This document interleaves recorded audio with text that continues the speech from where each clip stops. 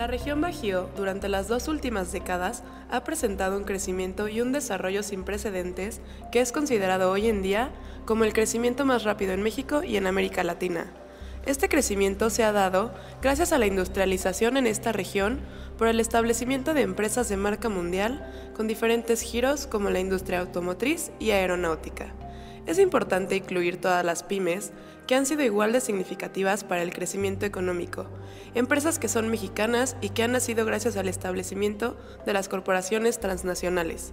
Este tipo de empresas han servido como proveedores o están estrechamente vinculadas con las primeras ya mencionadas. Gracias a los recursos naturales, el bajo costo de la mano de obra, así como el nivel de la ingeniería y otros campos que se han venido dando, corporaciones de todo el mundo han volteado a ver a México, en específico al Bajío, como un espacio potencial de inversión, provocando un crecimiento económico en la zona, generando empleos y creando vínculos con empresarios mexicanos. Mi idea de Querétaro, bueno, yo ya conocí a Querétaro en varias ocasiones, pues está muy cerca de Salamanca y Querétaro era un pueblo grandote, o sea, Salamanca es un pueblo y sigue siendo un pueblo, y Querétaro no era mucho más diferente que Salamanca en el sentido de que la vida era muy provinciana, la gente era muy tradicionalista aquí y pues tremendamente conservadora. Y había una gran actividad alrededor de lo que eran las actividades en esa época, las principales, que era la agricultura y la parte ganadera, y comenzaba un poco a despuntar la industria manufacturera en esa época ya aquí en Querétaro, pero seguía siendo una ciudad dentro del Bajío, de las de más grande tamaño, pero con todas las características de un pueblo, o sea, en términos de infraestructura, en términos de la calidad de vida, en términos del tipo de cultura que existía aquí en Querétaro, era pues muy tradicionalista, tremendamente conservadores. Sí, la gente, los extranjeros que llegábamos en esa época a Querétaro, la gran queja que había era de la gente de Querétaro que no le gustaban los extranjeros. Los extranjeros era la gente que veníamos de fuera del estado de Querétaro, ¿no? Y era muy complejo hacer amistades con los queretanos. O sea, nos movíamos la gente que veníamos de fuera con la gente de fuera, ¿no? Y hacer una amistad con alguien de aquí, del pueblo, era relativamente complejo porque no eran muy abiertos. Los nativos de Querétaro son cada vez menos, ¿no? Porque la población ha crecido de manera muy significativa. En 1980, cuando yo llegué, probablemente la población aquí en la ciudad andaría alrededor de los 250,000 habitantes, 280,000. El día de hoy, pues, como ustedes saben, estamos cerca de 1,000,000 de habitantes. Cuando yo llegué aquí a Querétaro en el 80, yo creo que se vivía mucho de la vida así. O sea, podías andar y caminar en la ciudad tranquilamente. Ciertamente nadie caminaba en la ciudad después de las 9 de la noche porque la ciudad estaba desierta, o sea, no había nada. De hecho, había un dicho que se utilizaba y que utilizamos para ridiculizar a los queretanos, que a las 9 de la noche soltaban el león en Querétaro, o sea, como si, y realmente, o sea, el centro de la ciudad se vaciaba como si soltaran un león y espantara a todo el mundo, o sea, era desierto. Cuando comienzo a ver un despegue industrial en Querétaro, que fue por mediados de los 90, y que algunas empresas del área de autopartes comienzan a establecerse aquí en Querétaro, mucho atraídos por Tremec. Tremec era la gran empresa que existía aquí en Querétaro, era la empresa más grande, era la empresa que más empleados empleaba. Empezó también Mave y empezó también Singer, que el día de hoy ya no existe, que esta empresa se dedicaba a la fabricación de máquinas de coser. Y eran como las grandes empresas, y luego llegó Gerber también, y había algunas otras empresas que el día de hoy ya no existen, que eran empresas del grupo ICA, que se dedicaban a la fabricación de maquinaria pesada, como era compacto y era el antecedente de lo que es hoy TRW, que era turbinas, y estas eran las grandes empresas en Querétaro. Entonces ellos empleaban una cantidad de gente importante, Kellogg también, Kellogg, ciertamente Kellogg, y Massey Ferguson fue otra de las empresas que llegó. Y todas estas empresas manufactureras comenzaron a apuntalar el desarrollo de lo que el día de hoy es parte del desarrollo industrial de la ciudad de Querétaro. Y esto fue en muy corto tiempo, o sea, hubo un boom, o sea, una explosión muy fuerte, muy importante de estas empresas que llegaron en un lapso de 10 años, empezaron a desarrollar, empezaron a contratar gente y empezaron los pequeños negocios relacionados a ellos a crecer. Se vio el crecimiento en el comercio y la industria de la construcción sufrió también un gran desarrollo. Algo que yo creo que fue fundamental es la situación geográfica de Querétaro, porque Querétaro es el cruce de caminos entre el centro, el sur y el norte del país. Entonces, por aquí pasaba la carretera, bueno, por aquí sigue pasando la carretera panamericana. ¿Sí? Entonces, era ¿cómo se llama? Era la vía más directa para llegar a la frontera del norte. ¿Sí? Y bueno, y tiene una buena comunicación con la Ciudad de México y con Guadalajara, que eso era fundamental, ¿no? Que eran los tres polos de desarrollo más importantes, eran Ciudad de México, Guadalajara y Monterrey.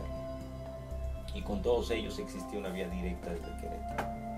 Entonces eso hizo que, por esa ubicación geográfica privilegiada, vamos a ponerlo entre comillas, ¿no? Privilegiada, algunas empresas comenzaron a encontrar interesante venir a desarrollarse aquí, y eso conjuntamente con el hecho de que San Luis Potosí comenzó a tener también un desarrollo importante en el área automotriz, a que el Estado de México, el Estado de Hidalgo comenzaron también a tener desarrollos en esa época industriales importantes. Entonces Querétaro estaba relativamente cerca, entonces parecía ser una buena opción. El TLC fue algo que en los 90s potencializó mucho el desarrollo de Querétaro, muchísimo, por esta misma situación geográfica privilegiada y la infraestructura carretera que existía. Fue muy importante, vino a ser realmente un aliciente para el desarrollo industrial de esta región. Ciertamente el TLC fue. ¿Algún otro tratado? No, yo creo que las políticas federales, las políticas estatales de incentivar la inversión se comenzaron también a ser muy importantes desde esa época. Desde esa época hubo un entendimiento por parte de los gobernantes en turno de la importancia que tendría el incentivar la inversión extranjera directa aquí en Querétaro.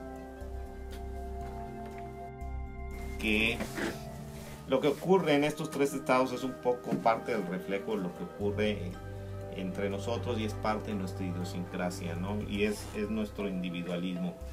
Yo creo que cada uno de los estados y los gobernadores o los representantes de cada uno de estos estados lo que busca es poder satisfacer y poder posicionarse de la mejor manera posible y hacer que su estado sobresalga del resto de los estados y competir con el resto de los estados. A mí me tocó, ¿cuándo fue? Hace como 3 años o 4 años aproximadamente estar en Ottawa en una reunión para promover la inversión extranjera en el sector aeronáutico, y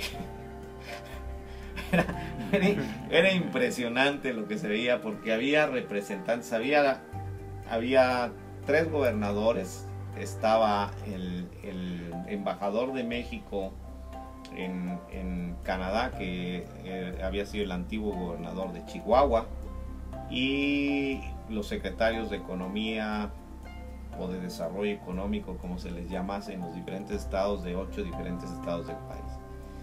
Y unos a otros se tiraban, pero durísimo. O sea, en lugar de muchas veces enfocarse a destacar las virtudes que podríamos tener como región y las posibilidades que como región representamos, nos dedicamos como como la cubeta de los cangrejos, ¿no? El decir, vamos a evitar que este sobresalga y mejor lo jalamos para abajo para que este no sobresalga.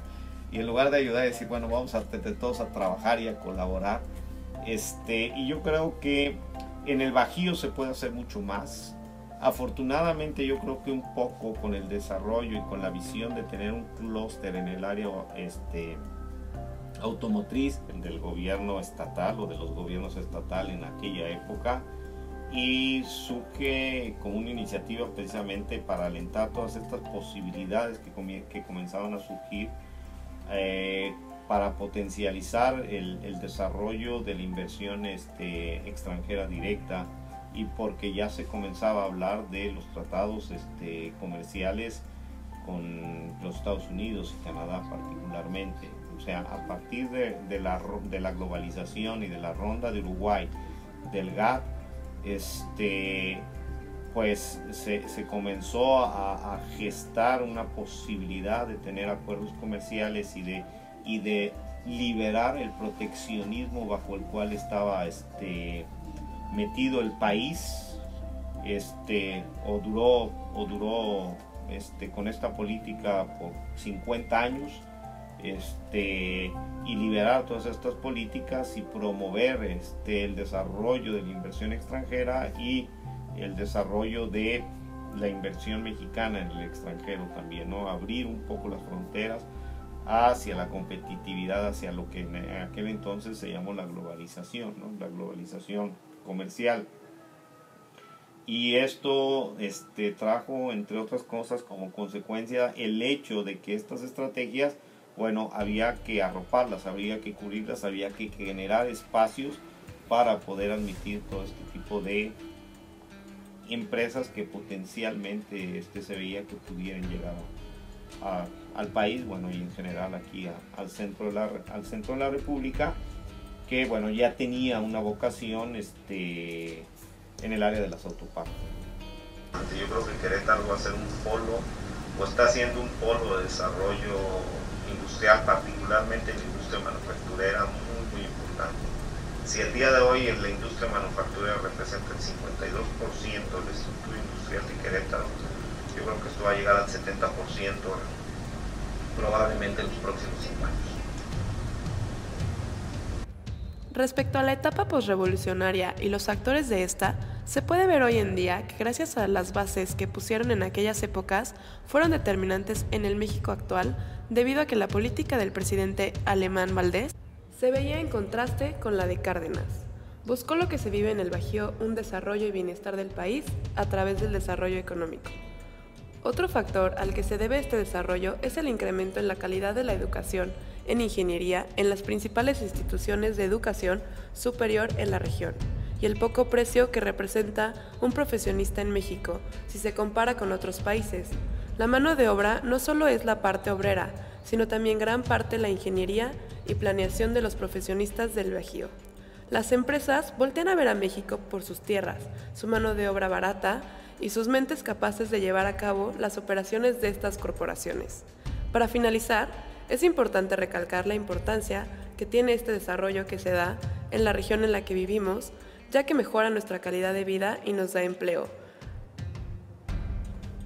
Pero es deber de la ciudadanía y de los jóvenes buscar una forma que el crecimiento que siga dando traiga mejores dividendos para la sociedad mexicana, es decir, que el crecimiento económico se dé por empresas mexicanas para que las ganancias se queden en el Bajío gracias a las propiedades intelectuales de esta región que ya están probadas.